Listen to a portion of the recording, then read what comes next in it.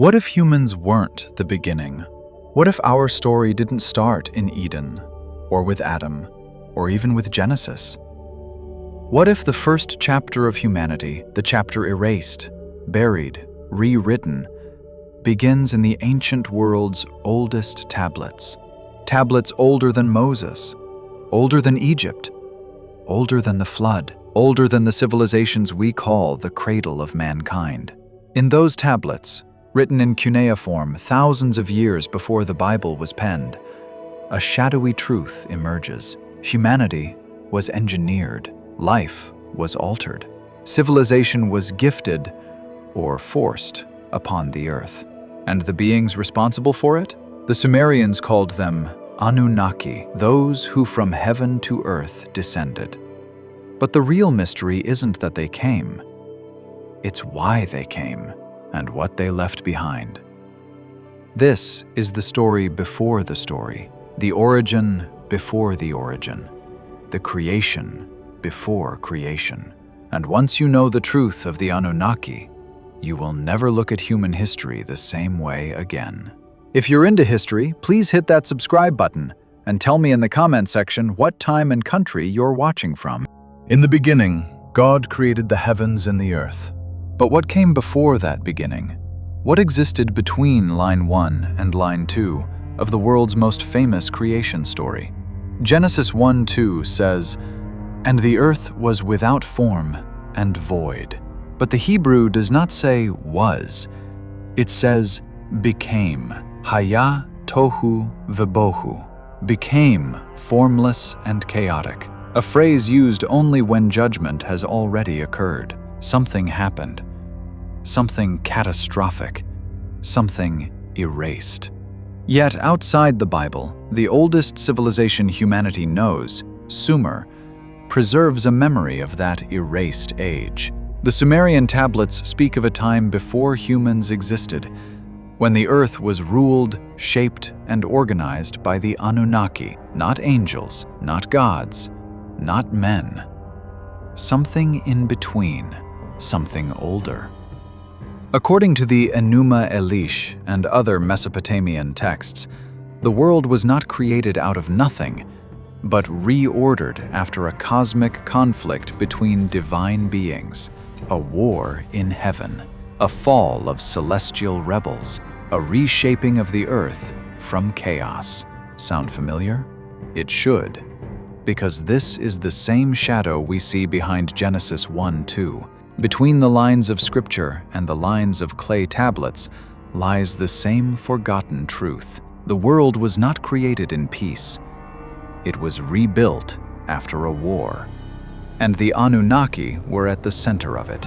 But who were these beings that came before us? And what power did they hold? The next chapter reveals the ancient ones, the beings older than humanity.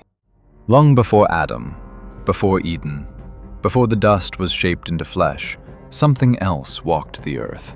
The Sumerian texts speak of the Anunna, the 50 great gods, higher beings who governed destinies, commanded nature, and shaped creation. But below them were the Anunnaki, the ones who descended.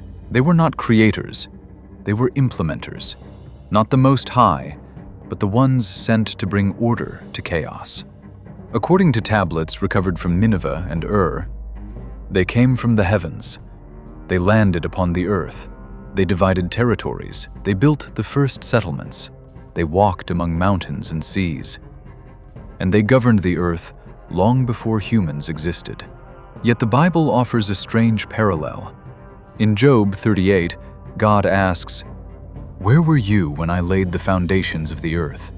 When the morning stars sang together and the sons of God shouted for joy?" These sons of God, Bene Ha-Elohim, were present before Adam. They witnessed the shaping of the earth. In Mesopotamian lore, these beings were called the Anunnaki. In biblical texts, they were called sons of God. Two cultures, one memory, different names.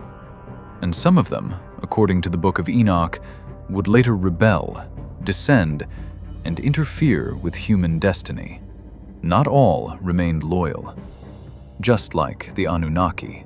But to understand their purpose on Earth, we must look at why they came and what they were trying to build. According to all ancient Sumerian creation epics, Atrahasis, Enki and Ninmah, Enuma Elish, the Anunnaki did not create humans out of compassion. They created humans out of necessity. The tablets tell the story. The Anunnaki were tasked with shaping and maintaining the Earth. They dug the rivers, set the stars, measured the heavens. But laboring upon the Earth's rough terrain exhausted them, and so a plan was formed. Create a helper, a servant, a worker, not quite divine, not quite animal, something in between, something that would bridge heaven and earth. The tablets describe the moment. Let us create the Lulu Amelu, the mixed one, the man, a creature crafted from clay and the blood of a god, a hybrid, a fusion of earth and heaven. The Sumerians openly record what Genesis implies. Humanity was engineered, but engineered by whom? In the tablets, it is the god Enki, the wise one, who performs the genetic crafting. He mixes divine essence with earthly material. In the Book of Enoch, it is the Watchers, heavenly beings, who descend and alter the nature of life on earth. In Genesis 6, it becomes even clearer. The sons of God took wives from the daughters of men. A crossing of boundaries, a mixing of kinds, a forbidden act. The Bible calls their offspring Nephilim, giants, mighty ones of old. The Sumerians call them semi-divine kings who ruled for thousands of years. Different cultures, same event, same hybrid entities. Humanity was not only created, it was altered. But the question is, why? In Mesopotamian myth, the Anunnaki are not unified. They are divided into factions. Enlil wants order, purity, obedience. Enki wants liberation, experimentation, creation. Some gods obeyed, some rebelled, some pitied mankind, some enslaved them. In the Enuma Elish, the younger gods overthrow the older gods. In the Book of Enoch, the rebellious angels descend and defy the Most High. In Isaiah 14 and Ezekiel 28, a divine being falls from heaven due to pride and ambition. Across cultures, the story remains the same. A celestial rebellion shatters heaven and reshapes earth. Some Anunnaki become rulers. Some become outcasts. Some become teachers. Some become tormentors. The Bible calls the rebels the Watchers, the Fallen, the hosts of heaven, the powers and principalities. The Sumerian tablets call them the Igigi, rebellious gods, the Apkallu, semi-divine sages later punished, the Anunnaki of the underworld. Different languages, same catastrophe. The war in heaven was not myth. It was memory, and humanity was caught in the crossfire. But the most shocking chapter is the next one, because it reveals what the Anunnaki actually created us for. Genesis says Adam was made from clay. Sumerian tablets say humans were made from clay. Both say life was breathed or infused into the body. Both say the first humans were shaped by divine hands. But here is the uncomfortable possibility. Adam was not the first human. He was the first chosen human. A new beginning after the Great Reset. A restored, purified bloodline. A restart of the divine project.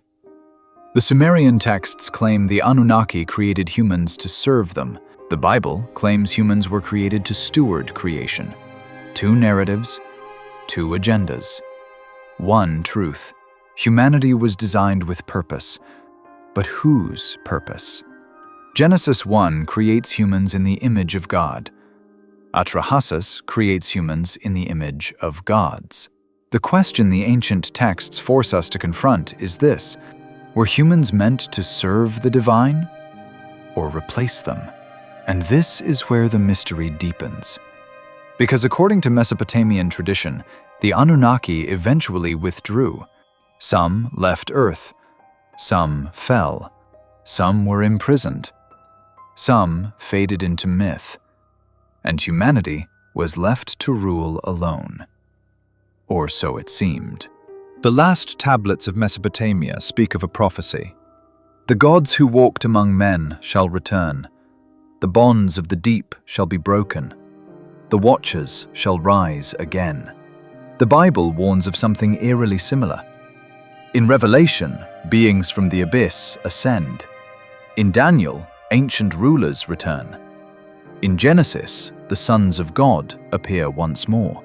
In Matthew, Jesus warns, "As it was in the days of Noah, so it shall be again." What were the days of Noah? A world filled with hybrid beings. A world altered by divine intervention. A world under the shadow of descending gods. Some archaeologists believe the Sumerian myths foreshadow a cycle, a return of the same forces that shaped humanity in the beginning. Others claim the Anunnaki never left. They simply changed their names. But the truth lies hidden in the final chapter. A chapter that forces us to question everything about our origins.